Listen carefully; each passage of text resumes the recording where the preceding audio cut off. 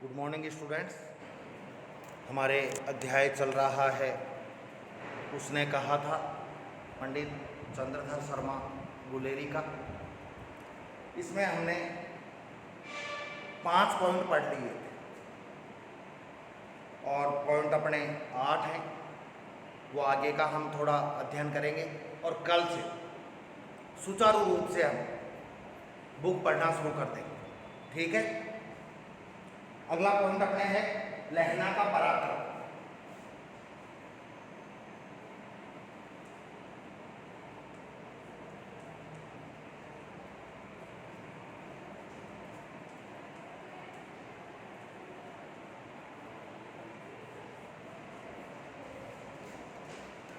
लहना सिंह का पराक्रम। लहना सिंह जर्मन द्वारा लगाए गए 3 गोलों को निकालकर खाई के बाहर फेंक देता है। जर्मनियों ने 3 गोले खाई में लगा दिए थे ताकि लोग जलकर वो गोले फटे और लोग नष्ट हो जाएं गोलों के फटने से। 3 गोलों को निकालकर खाई के बाहर फेंक दिया था। जब छद्म वेशधारी उस जर्मन की मूर्छा हटी जो लेफ्टिनेंट बनकर आया था, तो उसने पतलून की जेब से पिस्तौल निकालकर, उसने पैंट की जेब में ही हाथ डालकर पिस्तौल निकाली नहीं, पैंट की जेब में पिस्तौल के ट्रैगर पर अंगुली रखकर उसे दबा दिया और लहना पर गोली चला दी जो उसकी दाहिनी जांघ में जाकर लगी। जवाब में लहना सिंह ने फायर कर उसे मौत की नींद में सुला दिया। उस जर्मन सैनिक का अफसर था, वो तो लेफ्टिनेंट था, जो छद्म वेश धारण करके धोखे का रूप बनाकर केवल एक भ्रमित करने के लिए भारतीयों के खेमे में खंदक में आया था। इतने में 70 जर्मन खाई में घुस जाते हैं। अब एक बार वापस देख लो भाई, ये खंदक है, इसमें से कुछ सैनिकों को, हिंदुस्तानी सैनिकों को बाहर भेज दिया गया। इधर दूसरी तरफ वो लेफ्टिनेंट बनकर आया फर्जी, और 70 जर्मन सैनिक आ गए। भारतीय सैनिक फंस गए, लेकिन लहना सिंह को यह बोध हो गया था कि हमारे साथ धोखा हुआ है, इन सैनिकों को क्यों भेजा गया। तो वो किसी को भेजता है कि भाई जाओ अपने सैनिकों को लेकर आओ। तो वो सैनिक आ गए, इधर ये 70 जर्मन सैनिक आ गए, तो ये आगे तो इनके हिंदुस्तानी सैनिक खंदक में और पीछे इनके हिंदुस्तानी सैनिक, ये 70 जर्मन सैनिक बीच में फंस गए। सोचकर तो ये आए थे कि भारतीयों को मार देंगे, लेकिन फंस गए, ये हो गया इनके साथ उल्टा। इतने में 70 जर्मन खाई में घुस पड़ते हैं। लहना सिंह अपने साथियों के साथ उनका मुकाबला करता है। उसी समय पीछे से हजारा सिंह अपने साथियों के साथ आक्रमण करता है। जो इन सैनिकों को लेकर गया था ना, भारतीय सैनिकों को, हजारा सिंह, क्या नाम था,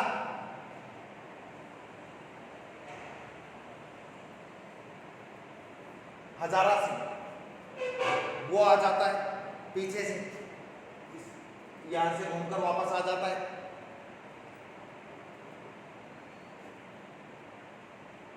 आक्रमण में 63 जर्मन सैनिक हताहत हो जाते हैं। कितने जर्मन सैनिक थे? 70, जिनमें से 63 जर्मन सैनिक हताहत मर जाते हैं या घायल हो जाते हैं, केवल 7 बचते हैं। लहना सिंह की पसली में भी गोली लग जाती है। आमने सामने की लड़ाई में लहना सिंह की पसली में गोली लग जाती है। पहले एक गोली उसकी दाहिनी जांघ में लगी हुई थी, अब पसली में गोली लग जाती है। 2 गोलियां लग गई, लेकिन वह इस बात का किसी को भी पता नहीं लगने देता, किसी को भी नहीं बताता है, किसी को पता नहीं लगने देता। अगला पॉइंट है लहना सिंह का त्याग।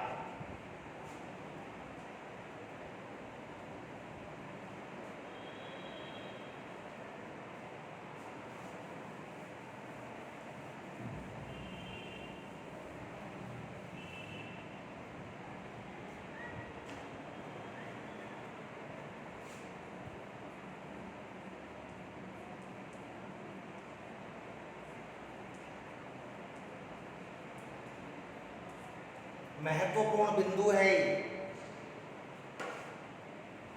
अब जो 2 पॉइंट बचे हैं, उनमें ही पाठ का सार निकलेगा, कहानी का नाम पता चलेगा। उसने कहा था, किसने कहा था, क्यों कहा था, और जिसको कहा उसने क्या वो किया। लहना सिंह घायल होकर भी सूबेदार और उसके पुत्र की रक्षा करता है। लहना सिंह घायल होकर भी सूबेदार और उसके पुत्र की रक्षा करता है।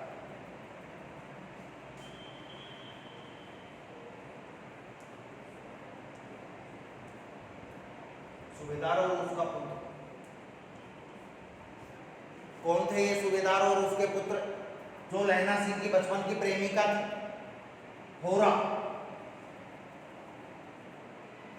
ये तो होरा का पति था, सूबेदार को कल बताया था, और ये उसका बेटा, मतलब ये दोनों पिता पुत्र थे।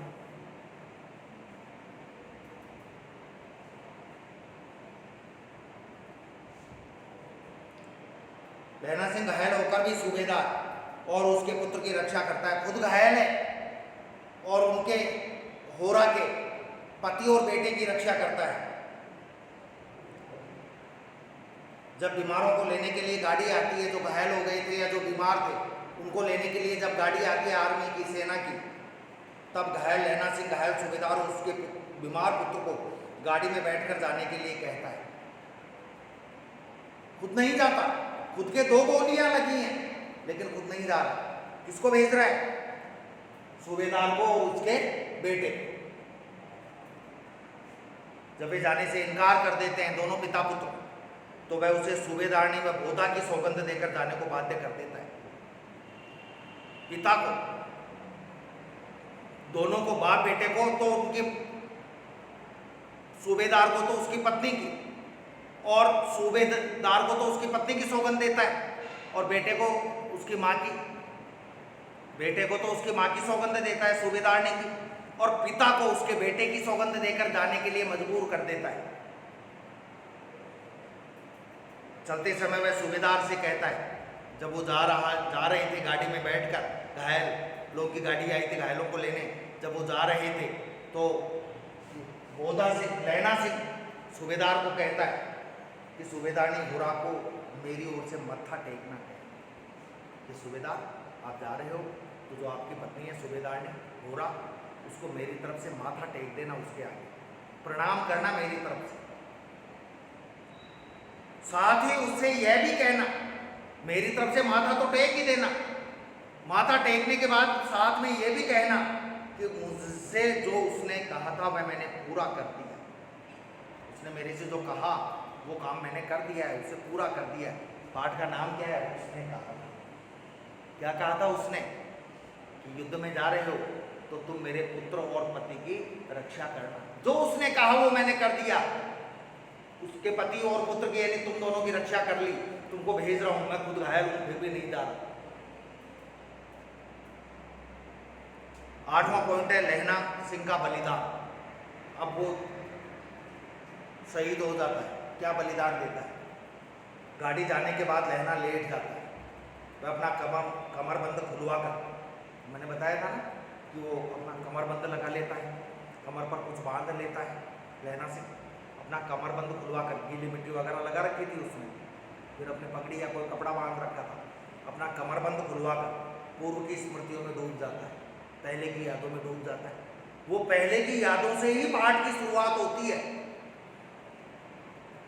वजीरा सिंह की गोद में सिर रखे, वजीरा सिंह की गोद में सिर रखकर लेटा है और बार बार पानी पीते हुए बार बार पानी मांगता है और उसके प्राण निकल जाते हैं, मर जाता है। कौन? लहना सिंह। इस प्रकार वह अपना बलिदान देकर अपना त्याग करके अपने आप को शहीद कर देता है, उस वचन को पूरा करता है। वरना वो खुद जाता गाड़ी में, पिता पुत्र में से एक को रोक लेता कि भाई तुम तो यहाँ रुको, मैं घायल हूँ, 2 गोलियाँ लगी हैं, मेरा जाना जरूरी है। लेकिन यदि वो रुकते तो फिर कोई लड़ाई होती, फिर मर जाती।